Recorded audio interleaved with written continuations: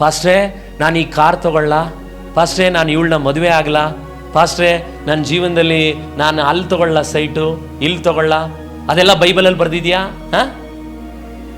ಬರ್ದಿಲ್ಲ. ಹೌದು. ಆದರೆ ದೇವ್ರು ಏನು ಬರ್ದೆ ಹಂಗಿದ್ರೆ ಅದನ್ನೆಲ್ಲ ಹೆಂಗೆ ಆರಿಸ್ಕೋಬೇಕು? ದೇವರ ವಾಕ್ಯ ಹೇಳುತ್ತೆ ರೋಮ 12ನೇ ಅಧ್ಯಾಯದಲ್ಲಿ, ನೀವು ಎರಡನೇ ವಾಕ್ಯ, ಇಹಲೋಕ ನಡವಳಿಕೆಯನ್ನು ಅನುಸರಿಸದೆ ನೂತನ ಮನಸ್ಸನ್ನು ಏನು ಮಾಡ್ಬೇಕಂತೆ? ಹೊಂದಿಕೊಂಡವರಾದ್ರೆ.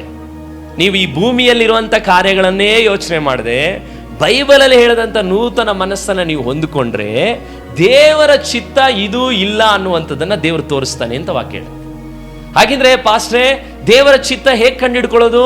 ನಿನಗೆ ನೂತನ ಮನಸ್ಸು ಬಂದರೆ ಆ ನೂತನ ಮನಸ್ಸು ನಿಮ್ಗೆ ಹೇಳುತ್ತೆ, ಇದು ಮುಖ್ಯನಾ ಅದು ಮುಖ್ಯನಾ, ಈ ಕಾರ್ ಮುಖ್ಯನಾ, ಈ ಹುಡುಗಿ ಮುಖ್ಯನಾ, ಈ ಜಾಗ ಮುಖ್ಯನಾ, ಆ ಸೈಟ್ ಮುಖ್ಯನಾ? ಇದೆಲ್ಲ ದೇವರು ಯಾವಾಗ ತೋರಿಸ್ಕೊಡ್ತಾನೆ ಅಂದರೆ ನಮ್ಮ ಮನಸ್ಸು ದೇವರ ವಾಕ್ಯಾನುಸಾರವಾಗಿ ಬದಲಾಗುವಾಗ, ಭಯಭಕ್ತಿ ಉಳ್ಳವನಾಗಿ ನಡೆದು ನಮ್ಮ ಹೃದಯವನ್ನು ನೋಡುವಂಥ ದೇವರಿಗೆ ಚೆನ್ನಾಗಿ ಗೊತ್ತಾಗುತ್ತೆ. ಆವಾಗ ದೇವರು ಹೇಳ್ತಾನೆ, ಅವನು ಆದುಕೊಳ್ಳುವ ಮಾರ್ಗದಲ್ಲಿ ಅವನಿಗೇನು ಮಾಡ್ತೀನಿ?